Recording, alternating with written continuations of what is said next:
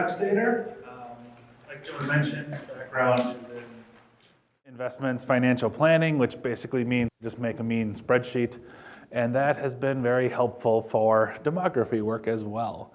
Hopefully we can all enjoy this lighthearted and non-controversial topic of enrollments and blood quantum. And I mean for it to be more of a Oneida recap of what we've done over the last decade or so, but I really tried to tailor it to what's worked in our community, what are the data points that we needed to see, and how that conversation has progressed over the years. So hopefully that's a good framework to give everyone here a good nugget or two to take back to their communities. Our initiatives to stay in Oneida. It's the big history of how we got to where we are. I'll probably fast forward through all of this and just point out that in 2015 we did amend our Constitution. We removed the Secretary of the Interior step of it. So now the community knows this is going to be within our own hands to decide what we want to do.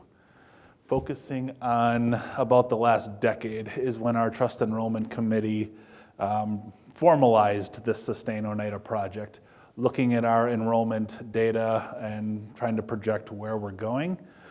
This led to many community conversations about what it means to be Oneida, and do we see ourselves as this collective membership? Are we citizens to a broader nation? And really tried to unpack the meaning of what it means to each of our 17,000 plus members. And long story short, we got 17,000 plus different answers to that. This maybe went on for about 5 years, and it culminated in a big survey that we gave our community to really get a handle on where they're at, how ready for change they are, and how urgent they saw this problem.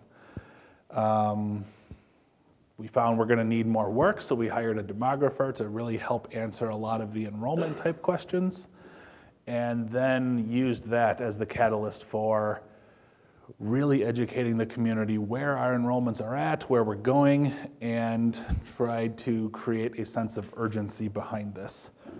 The last thing I'll note on this slide, about 5 years ago, many Oneida people were in a book called The Great Vanishing Act, talking about blood quantum and what it means for nations. Perhaps some of you have read it or are in it. But I did bring several copies fit in my suitcase, so if you're interested, come find me afterwards. Let's focus on those earlier conversations about where we're at as a community, and specifically how blood quantum kind of saw its way into our Constitution and our membership ordinance and what that means to the membership today. And like I alluded to before, there was lots of different answers. To some on one extreme, that blood quantity number was so intertwined with their identity. They saw that as one of the core fundamental, well, this is what it means to be Oneida. Others were, I'll say, much more progressive and saw participating in the culture, the language, participating in ceremonies as what it means to be Oneida. And a huge spectrum everywhere in between. And I think one of the very first divergences or groups of people that we've identified was that citizenship mindset versus more of the membership. And when I say citizenship, there was several people throughout the community that talked about the civic responsibilities and showing up to different cultural events and learning from the elders, and wanted to use that as the framework on how to progress the conversation forward. On the other side, we also came across several opinions really rooted in membership, no different than membership at Costco or Sam's Club or whatever you have there. And it really took how do I want to frame it, like a business-like shareholder mentality attitude towards it, where as a member of this nation, I got to look out for my little slice of the pie interest, and whether that boiled down to different benefits or different programs, that's the interest of that needs to be protected. It needs to be kind of all future conversations needed to revolve around that starting point. So it took probably dozens of meetings to really deconstruct the starting points that different community members, different generations approach this conversation with, as well as different geographic areas. We have members that live every county in Wisconsin, every state in the US, so each of those just provided a little different framework for their opinion. I'll fast forward to the bottom here. Our survey from almost 5 years ago, one of the first questions we posed was just really simply, would you support a constitutional change to amend our enrollment criteria? And the percentages worked out almost perfect to split into sevenths, where we had 3 out of 7 support that idea, 2 out of 7 oppose the idea, and a middle 2 out of 7 that said, I don't know, I need more information. Our Trust Enrollment Committee took that as a big need for information needs to be brought to the community yet, and that really paved the way for the next few years of this initiative within Oneida. And as you'll see, there was a lot more questions that came from that, looking at the data, the quality of the data, how we produce the data, and then expanded it to what does this mean for everything but enrollment? What does it mean for different programs we offer, different services the tribe produces? What does it mean culturally? A lot of questions that we frankly just were not prepared to answer. Moving along, I wanted to take just a little bit of framing up the problem or framing up the situation. It'll be a problem in a second. This is the Oneida total enrollment over the last 50, 60 years. 6,500 growing to the over 17,000 it is today. There was certainly a probably more elder opinion that they lived through the tribe tripling in size. So to approach them today and say, we don't think enrollment is sustainable, it was unintuitive to them. They've seen nothing but growth or fast growth their whole life. So this was one of the very first hurdles we had to overcome. Then we shifted it to not looking at the total population, but just the minors to help frame this up. We hit our peak minor count 30 years ago. Since then, we've declined every year, and this is 18 and under, to about half of the count of what it was 30 years ago. And it's also important to note out that this decline is not because we're having less children.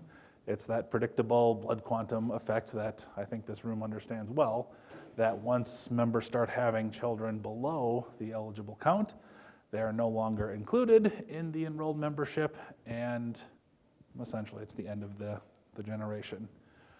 Why, and one of maybe the most urgent impacts of this, is the rate that Oneidas have had children with non-Oneidas.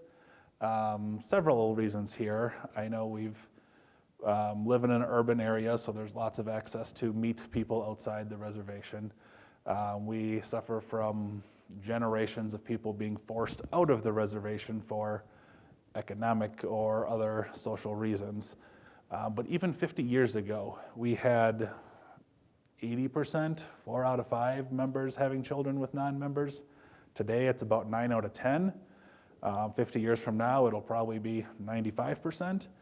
So we really used this data to drive home the urgency of why we need to address this issue right now and not push it down the road a generation or two. So I think the most effective tool that we've used in our community to illustrate this problem and really get our membership to see the problem, see the urgency, and move the conversation to the next level are these population pyramids. For those seeing these for the first time, it's a map of the age and sex of our membership, or in this case, the world, US and Japan. The left is male, right is female, and each horizontal bar there represents 5 years. So the very base of it is the 0 to 5-year-olds, the next one up is the 5 to 10-year-olds, and the wider each bar is, shows how many in that age group we have. And I don't think the numbers here are too important, but rather the shape that these population pyramids make. So the world one, you can see each generation below the previous one is wider. It forms more of a triangular shape, and that's indicative of a growing population. And our membership seemed to digest that well. Second, we showed the US population is more rectangular. Each generation is replacing the current one that they have, meaning they're sustaining. And finally, Japan, you can see it narrowing on the bottom, and that's indicative of a declining population. We've shared some brief stories of Japan on how their minor count has been cut in half over the last 60 years, and how that's making global news and beginning to grow some panic. And we then compare that to our Oneida population cutting in half over just 30 years, and really trying to show that we're accelerating at a much faster, decelerating at a much faster rate, and it needs to be addressed now.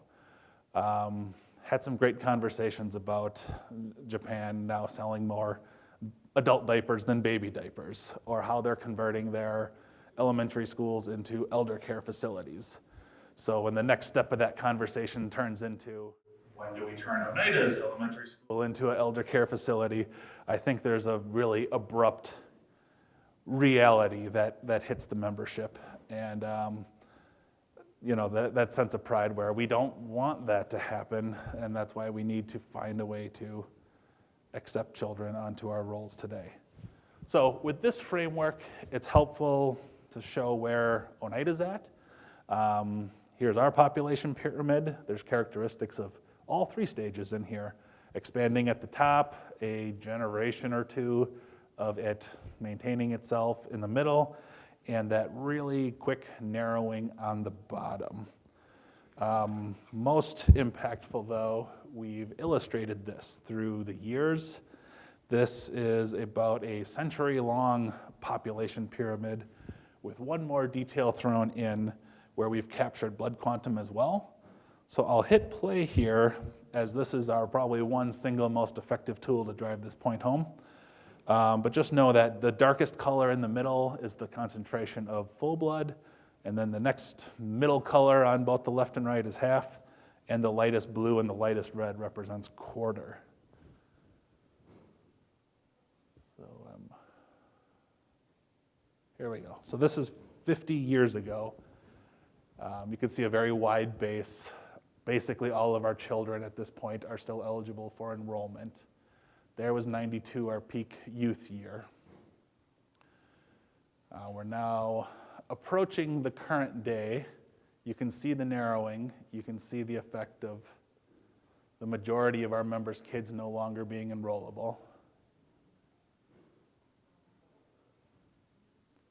20 years in the future, the full-bloods are virtually gone, and even the half-blood population is becoming elders only, and that's 50 years out.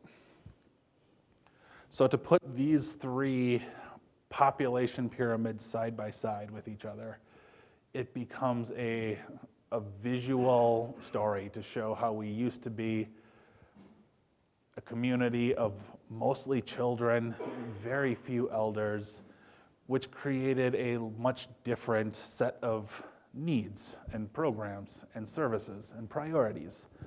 Fast forwarding to today, where we've tried to maintain a lot of what we had, a lot of the programs that were valuable and what the communities told us. But trying to project that forward, there becomes a stark reality that that's going to shift. The priorities and the values will need to be realigned. And how does our community want to address that? This slide represents pretty much the bulk of those last few years of community conversations. This is about 100 community meetings, tried to boil down to just one slide here. And after we got through that acceptance of the problem, the next step became, well, let's talk about what that solution looks like and the time frame attached to it. And there were several meetings where we just put ideas on the table, kept gathering, and then combined the like ideas, started to throw out the ones that immediately seemed like they did not have support. And what we came down to is maybe 10 or 12 really broad ideas. I put them in 4 categories. The first one being do nothing. We're certainly a minority voice that is content with the road we're on. The second category, I labeled them the Band-Aid style fixes. These don't address blood quantum and don't address the declining membership at all. But to highlight a few of those, it was to accept other Oneida blood quantum into our own, accept other Haudenosaunee or Iroquois blood quantum into our own, allow some, as long as Oneida lineage, plus other native blood quantum, and finally adoption, where an Oneida parent or parents could adopt a non-Oneida child and get them formally onto the rolls. The third category, labeled there as the one generation ideas. These are the ones that largely kick the blood quantum issue down the road for a generation. The big 2 prevalent ones there were moving from 1/4 down to 1/8, or going back to our last base roll in 1967, similar to Red Lake, I don't know where he went, and just taking 67, making all of those full blood members, and then letting that trickle down, and essentially buy one more generation of time. The last set of ideas under the sustainable, I thought, fully did address the blood quantum issue.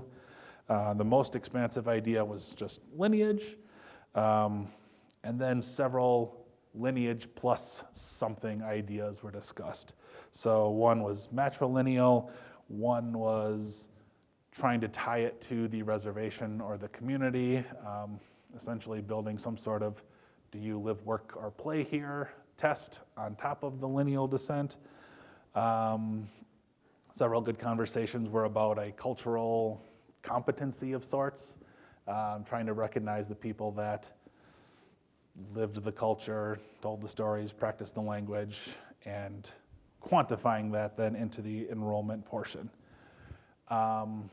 Each of these kind of had their few meetings where we were able to gauge communities at what they like, what they don't like, and try to flush out where that could be in the future. It quickly, for some of these especially, became apparent that some were more impactful than others, and where you draw that start line changed that equation a lot. So 1/8, for example, if we implemented that, say, January 1st, we'll start enrolling anyone born that's 1/8, became a much different looking solution than going all the way back in time and saying someone was born 30 years ago, that's only 1/8. Now we'll welcome them in. And that just shaped a lot of the, how does this look to enrollments? How does this look towards our broader nation, our culture, and our finance, really? And lastly, once we really got digging into solutions, the phase of the conversation always shifted to control. And I mean that both in terms of today's politics, who has control of the voting membership, who's going to participate in both the general tribal council meetings as well as elections, and then also an eye towards the future of who's going to be making the finance, the budgetary, the programmatic decisions in the future, and how can we assure that that aligns to our values today. To wrap this up, I wanted to share where we're at. It's certainly become a nationwide issue. I think that'll be the next phase of the project, is beyond enrollment education and expanding it towards all the programs and all the services that we offer. We did one more, I'll say, wrap-up survey to compare it to 2018, and conveniently, splitting it into sevenths just worked again. So we've moved the needle from 3 up to 4 out of 7 are now open and approving of some sort of change to enrollment, and down from, we used to have 2 out of 7 opposing, now we're down to 1 out of 7, and the same middle 2 out of 7, I don't know, I need more information. But anecdotally, talking through all these meetings, the I need more information really comes down to how these solutions are implemented, not necessarily I don't know if I support change. So I'm really optimistic about the next phase of our community conversations and where that takes us.